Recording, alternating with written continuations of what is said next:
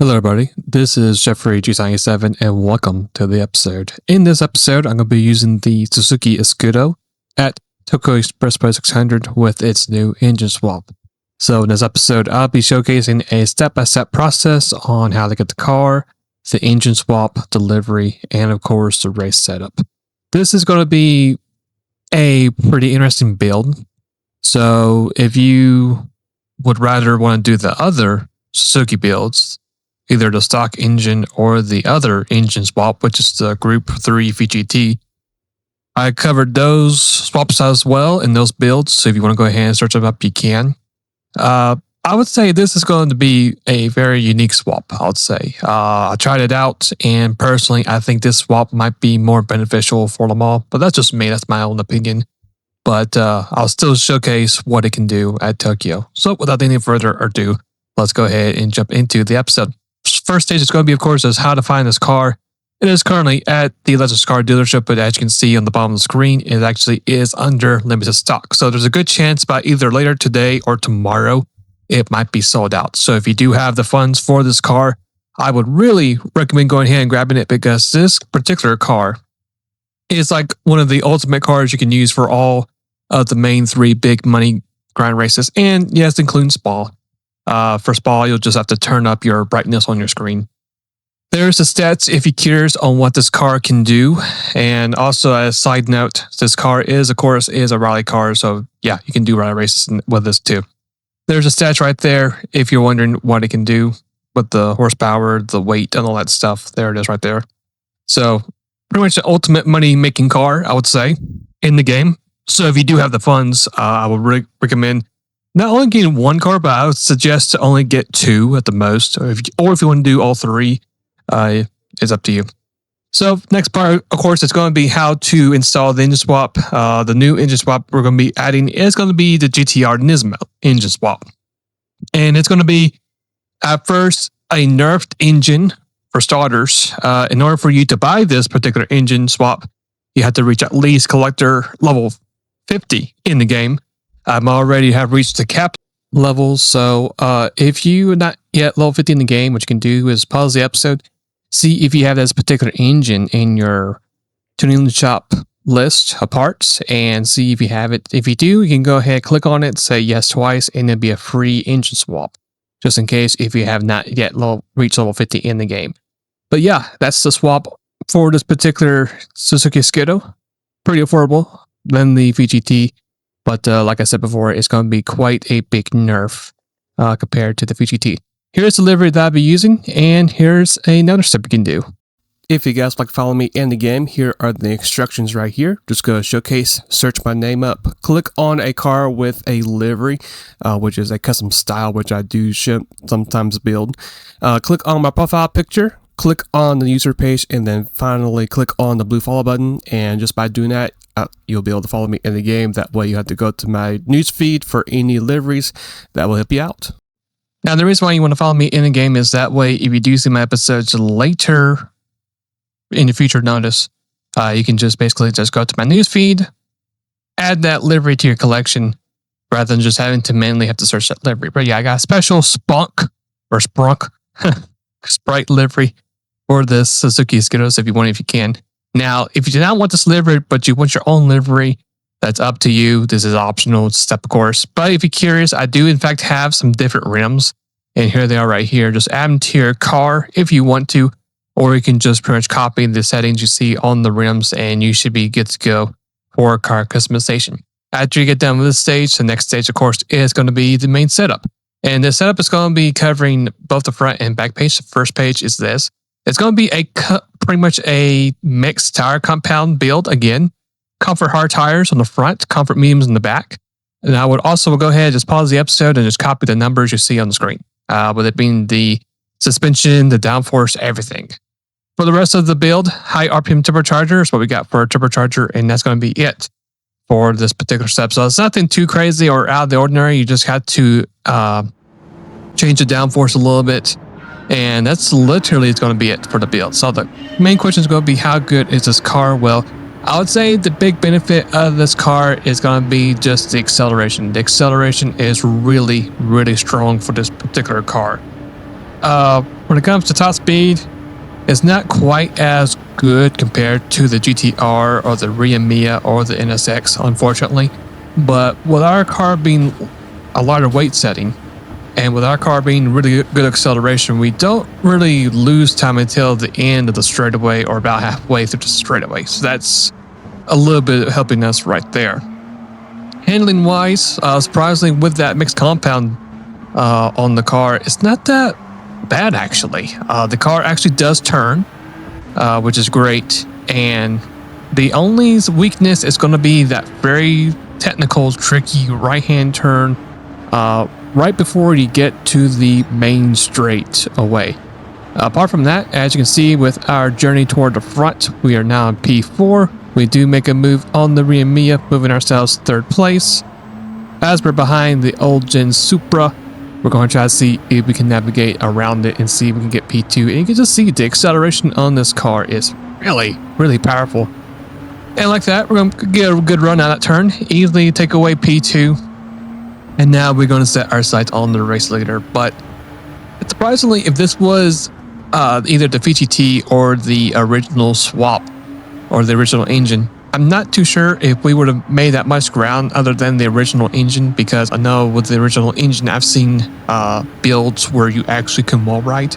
Now, I myself don't traditionally do the wall ride. The reason why I do race this particular race like this particular way is one, it's more of an accurate depiction of seeing what the car's true performance is without having to wall ride. That's generally why I do it. I know some players, they kind of frown about it, but for me personally, I don't really mind whichever way you want to do it. But anyway, ending the first lap, it's going to be overall P2 with a pretty decent 218 overall for our first lap. So overall, a very strong showing out of this car. Now, unfortunately for us on lap 4, this is going to be our best shot to take the lead away from the NSX.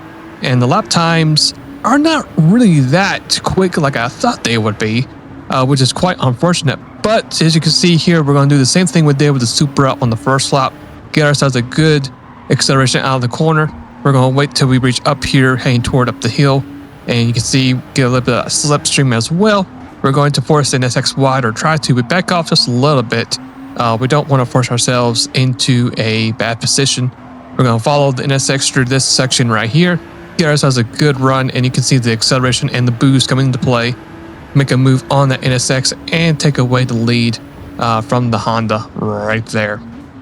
And from that point on, we actually did finally run away from it, from everybody else in this race. So after that, we're going to wait a couple of laps later in the run. We're going to go ahead and make our scheduled pit stop, which is going to fall at the end of lap number 6.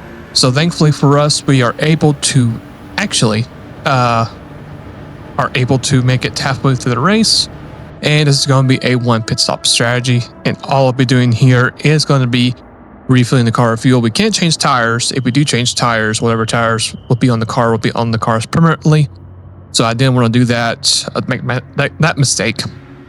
I didn't want to accidentally switch changing to cover hards, because then that way it would have really messed up the car's handling. We're going to fill the car up with fuel, and that's going to be it for our pit stop strategy right there. We're going to go ahead now and fast forward to lap number 8. It's going to be our official hot lap in this race. You can see the GTR is going to pull off, make its pit stop right there. So I would recommend that you just stay behind, watch this hot lap, and I'll be right back to finish up the rest of the episode.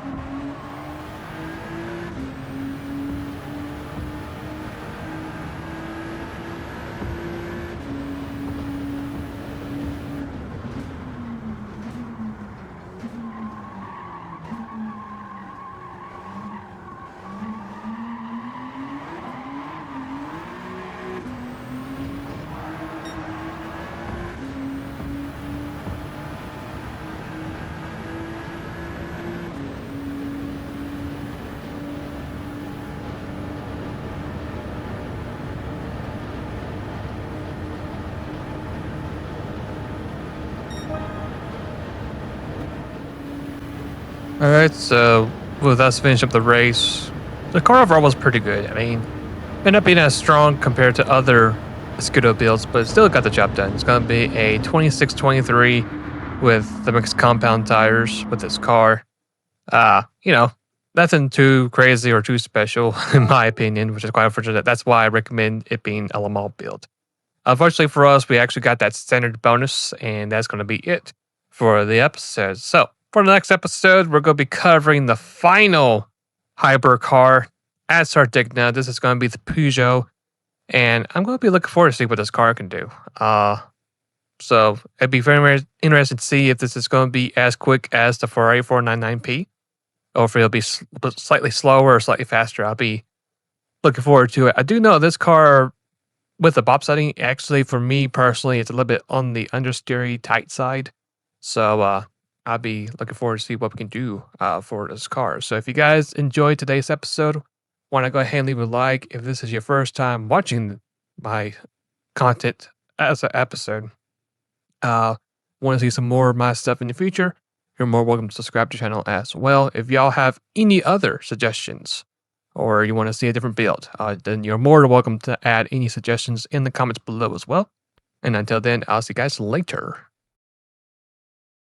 Thank you again for watching today's episode. Hopefully this particular tune has helped you out in Gran Turismo 7. If there is a particular build you'd like for me to try out, or a different race, car class, whatever it is, you're more than welcome to put any suggestions down in the comments below, and I'll do my best to do them. So if you guys enjoyed today's episode, why not go ahead and hit the subscribe button as well? It would be very much appreciated. Also, leave a like and share it. If you know somebody personally that is struggling to get a win at Tokyo Expressway 600, then you're more than welcome to share this episode, and hopefully it will help them out. Until then, I'll see you guys later, and have a great rest of the day or night for it might be, and be safe.